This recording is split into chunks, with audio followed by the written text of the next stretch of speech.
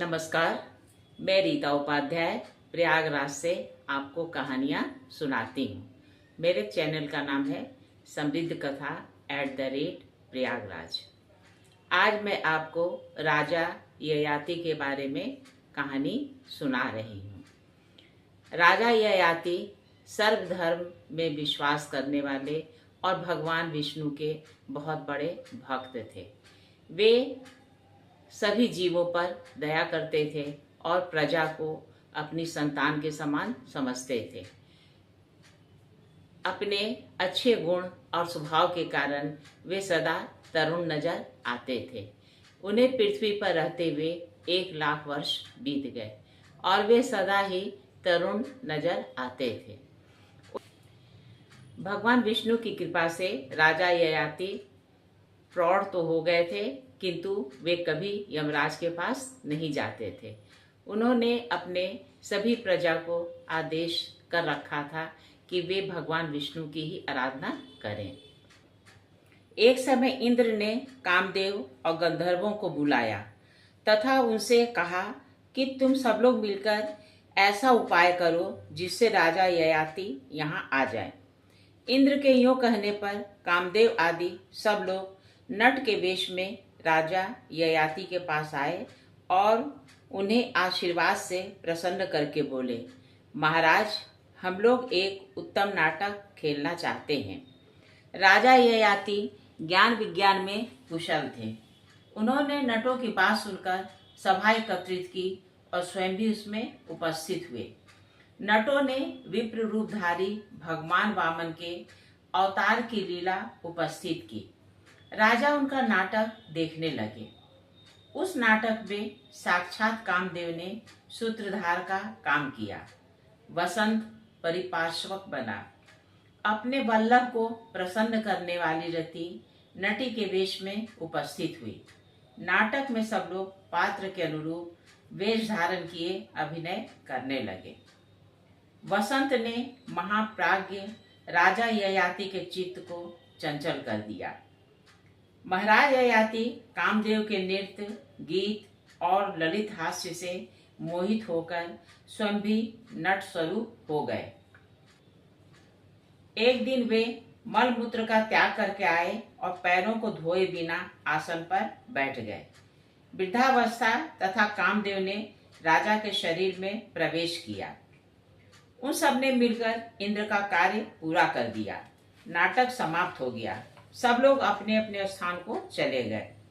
इसके बाद धर्मात्मा राजा ययाति वृद्धावस्था से पराजित हुए। उनका चित्त काम भोग में आसक्त हो गया। एक दिन वे कामायुक्त होकर वन में शिकार के लिए गए। उस समय उनके सामने एक हिरण निकला जिसके 4 सींग थे। उसके रूप की कहीं तुलना नहीं थी। उसके सभी अंग सुंदर थे। रोमावलियां सुंदर रंग की थी। मस्तक पर रत्न सा जटा प्रतीत होता था। सारा शरीर चितकबरे रंग का था। वह मनोहर मृग को देखने ही योग्य था।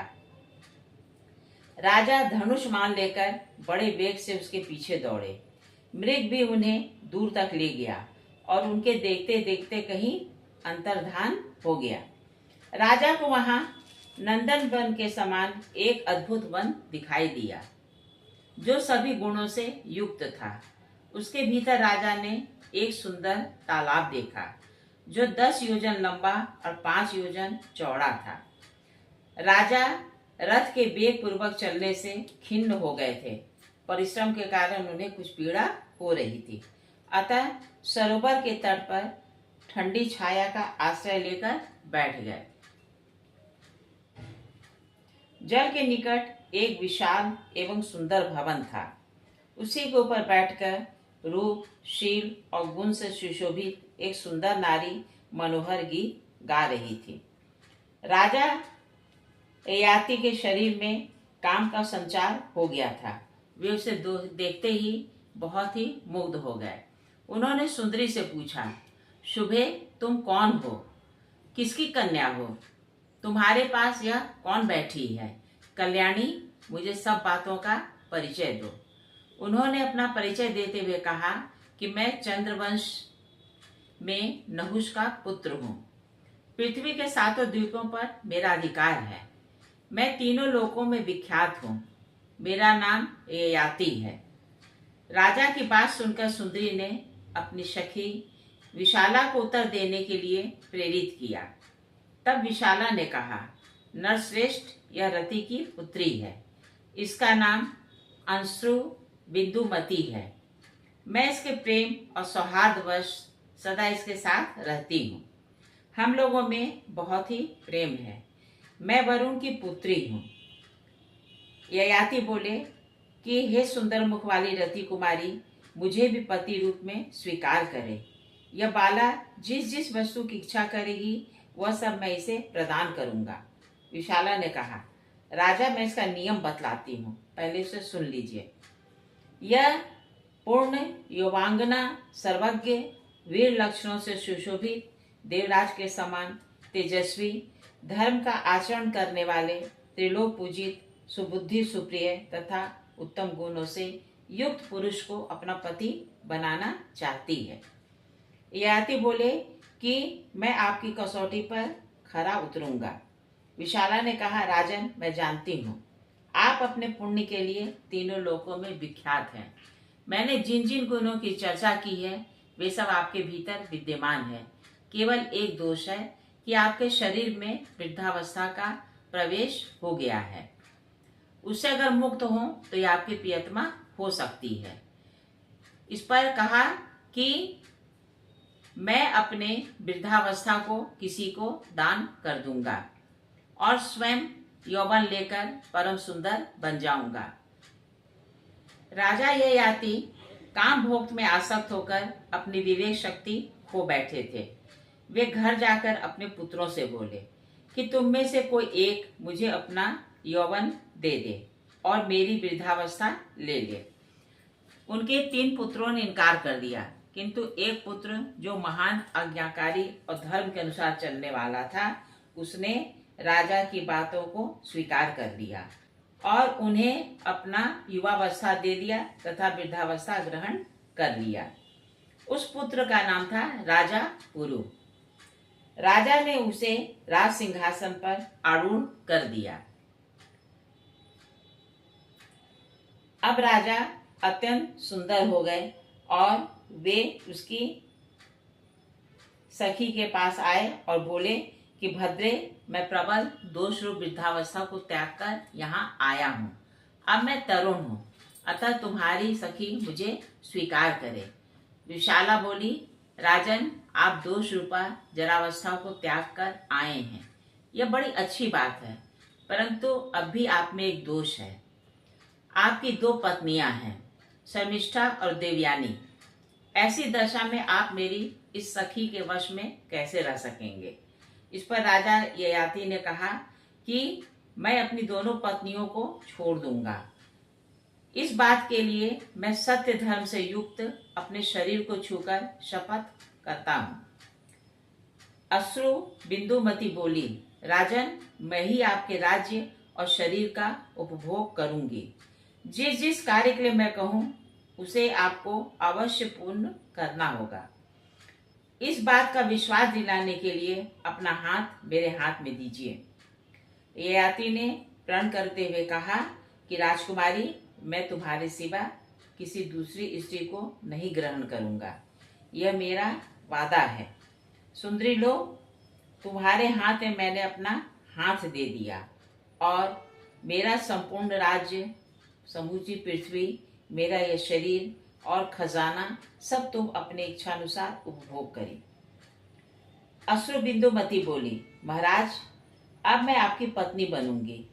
इतना सुनते ही महाराज ययाति की आंखें हर्ष से खिल उठी और उन्होंने गांधर्व विवाह की विधि से कामकुमारी अश्रु बिंदुमती से विवाह कर लिया।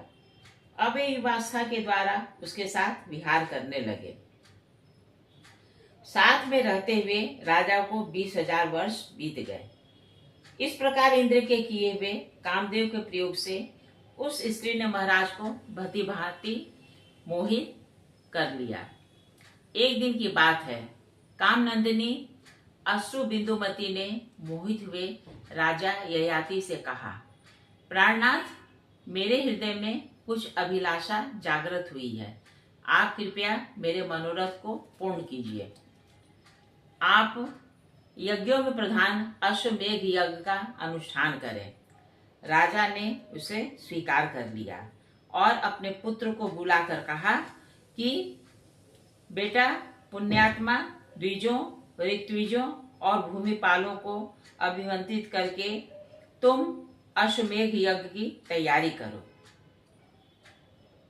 महातेजस्वी पुत्र बड़े ही धार्मिक थे। उन्होंने पिता ययाति के कहने पर उनकी आज्ञा का पूर्णतया पालन किया। तत्पश्चात राजा ने ययाति के काम कन्या के साथ यज्ञ की दीक्षा ली। उन्होंने अश्वमेघ यज्ञ में ब्राह्मणों और दीनों को अनेक प्रकार के दान दिए। यज्ञ समाप्त होने पर महाराज ने उस सुमुखी से कहा, बाले, और भी कोई कार्य जो तुम्हें अत्यंत प्रिय हो बताओ, मैं तुम्हारा कौन सा कार्य करूं? यह सुनकर उसने राजा से कहा, महाराज, मैं इंद्रलोक, ब्रह्मलोक, शिवलोक तथा विष्णुलोक का दर्शन करना चाहती हूँ। राजा बोले कि तुमने जो प्रस्ताव किया है वह मुझे असाध्य प्रतीत होता है। वह तो पुण्य, दान, यज्ञ और तपस्या से ही साध्य है। अश्रुबिंदुमती बोली, राजन, इसमें संदेह नहीं, यह कार्य दूसरे मनुष्यों के लिए सर्वथा असाध्य है, पर आपके लिए तो साध्य ही है। यह मैं बिल्कुल सच सच कह रही हूँ। इसी उद्देश्य से मैंने आपको अपना स्वामी बनाया था। आप सब प्रकार के शुभ लक्षणों से संपन्न और सब धर्मों से युक्त हैं। मैं जानती हूँ कि आप भगवान विष्णु के परम भक्त हैं, वैष्णवों में परम श्रेष्ठ हैं। जिसके ऊपर भगवान विष्णु की कृपा होती है वह सर्वत्र जा सकता है। राजा ने कहा कि तुम्हारा कहना परम सत्य है, किंतु मेरे लिए कोई साध्य असाध्य का प्रश्न नहीं है। जगदीश्वर की कृपा से स्वर्गलोक में सब कुछ सुलभ है। नृपश्रेष्ठ, संपूर्ण वेदों में धर्म का ही श्रवण होता है। पुराणों में भी धर्म की व्याख्या की गई है। आप जैसे धर्म पालक एवं सत्यवादी राजा को हम मन, वाणी और शरीर किसी की भी क्रिया द्वारा छोड़ने में असमर्थ हैं। महाराज, जब आप ही यहाँ नहीं रहेंगे तब स्त्री, धन, भोग और जीवन लेकर हम क्या करेंगे? अतः राजेंद्र, आप हमें यहाँ रहने की आज्ञा न दें। आपके साथ ही हम भी चलेंगे। प्रजाजनों की यह बात सुनकर राजा ययाति को बहुत ही हर्ष हुआ। वे बोले, आप लोग परम पुण्यात्मा हैं, आइए मेरे साथ चलें। यूं कहकर वे काम कन्या के साथ रथ पर सवार हुए। सब के सब विष्णु भक्त और पुण्यात्मा थे। उन सब ने महाराज के साथ दिव्य लोकों की यात्रा की। राजा ययाति सबसे पहले इंद्रलोक में गए। उनके तेज से, पुण्य, धर्म और तपोबल से और लोग भी साथ साथ गए। वहां पहुंचने पर देवता, गंधर्व, किन्नर तथा चारणों सहित देवराज इंद्र उनके सामने आए और उनका सम्मान करते हुए बोले, महाभाग, आपका स्वागत है। आइए मेरे घर में पधारिए। दिव्य, पावन एवं मनोरम भोगों का उपभोग कीजिए। राजा ने कहा, देवराज, आपके चरणान बिंदों में प्रणाम करके हम लोग सनातन ब्रह्मलोक में जा रहे हैं। यह कहकर देवताओं के मुख से अपनी स्तुति सुनते हुए वे ब्रह्मलोक में गए। वहां मुनिवरों के साथ महातेजस्वी ब्रह्मा जी ने अर्घ्य आदि सुविस्तृत उपचारों के द्वारा उनका आतिथ्य सत्कार किया और कहा, राजन, तुम अपने शुभ कर्मों के फलस्वरूप विष्णु लोक को जाओ। ब्रह्मा जी के यूं कहने पर वे पहले शिवलोक में गए। वहां भगवान शंकर ने पार्वती जी के साथ उनका स्वागत सत्कार किया और कहा कि मुझ में और विष्णु में कोई अंतर नहीं है। जो विष्णु है वही मैं हूँ, अतः मुझी को विष्णु समझो और पुण्यात्मा विष्णु भक्त के लिए भी यही स्थान है। अतः महाराज, तुम अपनी इच्छा अनुसार यहाँ रह सकते हैं। भक्त याति ने मस्तक झुकाकर उनके चरणों में भक्ति पूर्वक प्रणाम किया और कहा, महादेव, आपने इस समय जो कुछ भी कहा है सत्य है। एक ही परमात्मा के स्वरूप की ब्रह्म, विष्णु और शिव इन तीनों रूपों में अभिव्यक्ति हुई है। तथापि मेरी विष्णु लोक में जाने की इच्छा है, अतः आपके चरणों को प्रणाम करता हूँ। भगवान शिव बोले, एवं वस्तु, तुम विष्णु लोक को जाओ। महाराज ययाति ने रोग शोक से रहित अनुपम विष्णु लोक का दर्शन किया। सब प्रकार की शोभा से संपन्न सोने के विमान उस लोक की सुषमा बढ़ा रहे थे। ययाति ने सब प्रकार के दास रहित उस दिव्य धाम में प्रवेश करके भगवान नारायण का दर्शन किया। परम तेजस्वी राजा को प्रणाम करते देख भगवान ऋषिकेश ने कहा, महाराज, मैं तुम पर बहुत संतुष्ट हूँ। तुम मेरे भक्त हो, अतः तुम्हारे मन में कोई दुर्लभ मनोरथ हो तो उसे मांग लो, मैं निसंदेह पूर्ण करूंगा। भगवान की ऐसी आज्ञा पाकर उनकी कृपा से महाराज ययाति परम प्रकाशमान विष्णु लोक में निवास करने लगे। कहिए मेरे श्रद्धालु श्रोताओं, मेरे द्वारा कही गई महाराज ययाति की कहानी आपको कैसी लगी? अगर अच्छी लगी हो तो कृपया इसे लाइक और सब्सक्राइब कीजिएगा। नमस्कार।